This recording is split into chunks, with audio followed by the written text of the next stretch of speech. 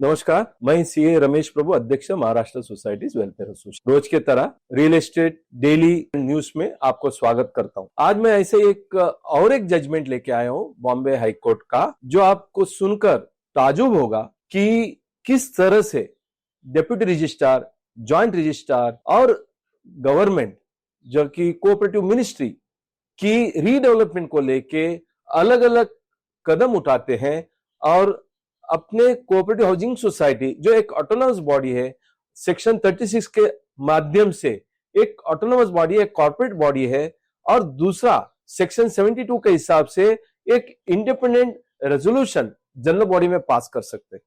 बहुत सारा judgements high court का, सुप्रीम कोर्ट का है कि सेक्शन 79 है, रीडेवलपमेंट जो एक मैंडेटरी नहीं है, एक डायरेक्टिव है, गाइडलाइन है।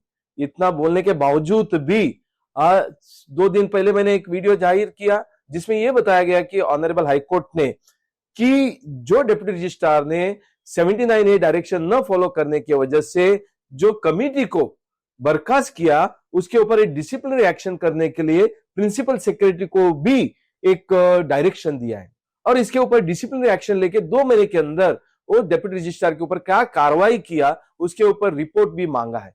इतना होने के बावजूद भी मैं आज आपको 12 जून 2025 का एक रिट पिटीशन का जजमेंट मैं आपके सामने आज लेके आया हूं।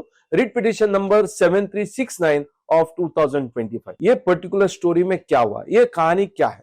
कहानी ये है, greenfield rocks and cooperative housing society Jogeshwari east में JVLR में है। तो ये सोसाइटी रीडेवलपमेंट करने के लिए 2017 से काम कर रहे हैं और रेजोल्यूशन भी पास हुआ है और ये मेजॉरिटी में रेजोल्यूशन पास करके तो रीडेवलपमेंट का प्रक्रिया करते थे। लेकिन जैसे हर सोसाइटी में होता है, इसी सोसाइटी में कुछ 10-12 लोग, उसमें से 4 खास करके जो है डिप्टी रजिस्ट्रार के पास कंप्लेन किया। डिप्टी रजिस्ट्रार ने सुनकर उस सोसाइटी का जो कमिटी है, उन्होंने रीडेवलपमेंट का प्रक्रिया सही नहीं किया, 79A का उल्लंघन किया, इस माध्यम से उस कमिटी को बर्खास्त किया। जब कमिटी को निकाला दिया क्योंकि 79A डायरेक्शन फॉलो नहीं किया, हालांकि कोई ऑप्शन नहीं है कमिटी मेंबर के पास, वो गए जॉइंट रजिस्ट्रार के पास। बहुत अच्छा है, जॉइंट रजिस्ट्रार ने पूरा सुना और जरा शुरुआत में जॉइंट रजिस्ट्रार ने उसको एक स्थगिति दिया। जैसे ही स्टे दिया तो ये जो एग्रीड मेंबर्स है वो गए मिनिस्टर के पास। अभी सवाल ये उठता है, जब वो मिनिस्टर के पास गए, क्या मिनिस्टर के पास रिविजनरी, सेकेंड रिविजनरी जो राइट है वो है या नहीं है?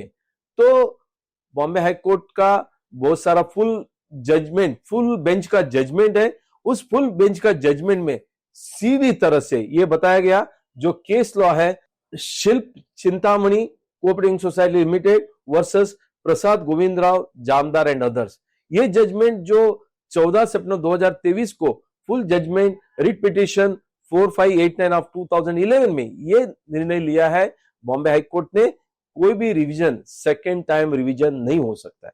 इसके बावजूद भी कोऑपरेटिव मिनिस्टर ने इस माध्यम को सेकेंड रिवीजन, जो एग्रीड मेंबर्स जब डिविजनल जॉइंट रजिस्टर का जो स्टे है उसको लेके ऊपर गए मिनिस्टर के पास, सेकेंड रिवीजन में गए और ऑनरेबल मिनिस्टर को ये न देखते हुए उसके ऊपर भी स्थगिति दिया।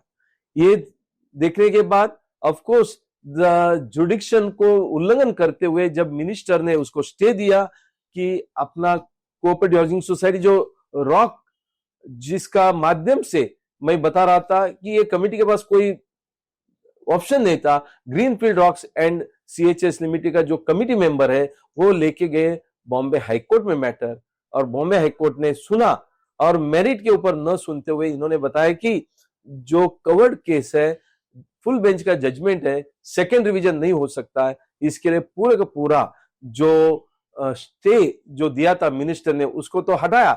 उसके बाद ये भी निर्णय लिया कि जो जजमेंट जॉइंट रजिस्ट्रार ने दिया था और जो जजमेंट स्टे दिया था उसको अपहेल्ड किया, और उसके बाद डिविजनल जॉइंट रजिस्ट्रार को यह भी आदेश दिया कि एप्लीकेशन 91 ऑफ 2020 जो उनके पास पेंडिंग है उसको पूरी तरह से सुन के उसको मेरिट के हिसाब से निर्णय देने को भेजा है। और दूसरा जो मिनिस्टर का आदेश है 7 मई 2025 उसको पूरी तरह से स्टे भी किया एंड रेस्पॉन्ड नंबर ऑल्सो जो ऑर्डर पास किया था उसको भी स्टे किया। कहने का तात्पर्य ये है, महाराष्ट्र कोऑपरेटिव सोसाइटी एक्ट में सेक्शन 154 में आपको रिवीजन का अधिकार है। कोई रिवीजन का अधिकार एक ही बार हो सकता है, आप रिवीजन दूसरी बार नहीं कर सकते। ऐसे रीडेवलपमेंट को लेकर मेंबर लोग, डिप्टी रजिस्ट्रार, जॉइंट रजिस्ट्रार और बहुत दुख से कहना पड़ता है इवन मिनिस्टर का लेवल का तक भी गलत निर्णय लेते हैं और अपना जो जुरिडिक्शन है उसको उल्लंघन करके उसका ऊपर आदेश भी देने को जाते हैं। तो ये लगता है कि जैसे ऑनरेबल हाई कोर्ट जो है ऐसा है, सुप्रीम कोर्ट है, ऐसे अधिकारी के ऊपर अंकुश लगाने के लिए है और हर सोसाइटी अपना अधिकार के ऊपर काम करना चाहिए, लड़ना चाहिए। मैं बहुत बहुत बधाई देता हूं rock green field and cooperative society और उनका पदाधिकारी, कमिटी मेंबर जो इसको अंजाम देने के लिए बॉम्बे हाईकोर्ट तक लेके गए। बहुत बड़ा लंबा लड़ाई लड़ा है, तो मैं सबको बधाई देता हूं और ऐसे अधिकार के लिए हर आदमी लड़ना चाहिए। और ऐसे वीडियो यदि आप चाहते हो, ऐसा स्टोरी चाहते हो, आप जरूर मुझे बताते जाइए, तो ऐसे वीडियो मैं बनाते जाऊंगा, आपके तरफ आते रहूंगा। और आप का जो ये जजमेंट है, ये जजमेंट मैं आपको डिस्क्रिप्शन में डाला है, आप जरूर इसको देखिए, समझिए और ऐसे कोई स्टोरी आप मुझे बताना चाहते हो आप बताइए, मैं उसके ऊपर वीडियो बनाऊंगा। और इसको लाइक करिए, शेयर करिए और जितने जितने ज्यादा लोगों को देंगे उतना एनकरेजमेंट मुझे मिलेगा।